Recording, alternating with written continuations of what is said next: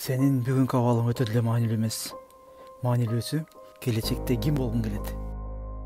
Ал максатыңа кадам таштоого бирөөнүн сага ал мүмкүн эмес деген сөзү таасир этпеши керек. Жада калса андай кишиден жүзөө болсо да, айланаңдын баары ошентип айтса да, алар айткан сөзгө толугу менен кошулбаган бир адам болсо жетиштүү. Ал сен.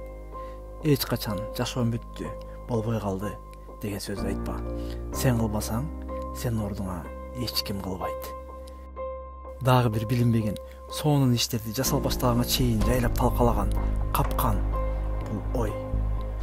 Убактысы келелек, азыр кыялдана турган убакыт эмес деген ой. Баары өтүп келишкен идеалдуу убакыт эч качан келбейт. Максатты ар бир күнгө жылдырган сайын анан алыстай бересиң. Жада калса, башка түшкөн жамандыкта чечкиндүүлүккө тоскоол болбошу керек. Кээде жашооңдо келечек маанисин жогото турган ушундай кырсыктар болушу мүмкүн. Мындай учурда ал кырсыктар сени жакшы жашоого даярдаганга келген экенин эстен чыгарбашың керек. Албетте, бир нерсе баштоо үчүн андай кырсыктын болушун да күтүп кереги жок. Сен улам өзүңө эстеп тура турган маанилүү сөздөр бол, кыялданууга толук акың бар.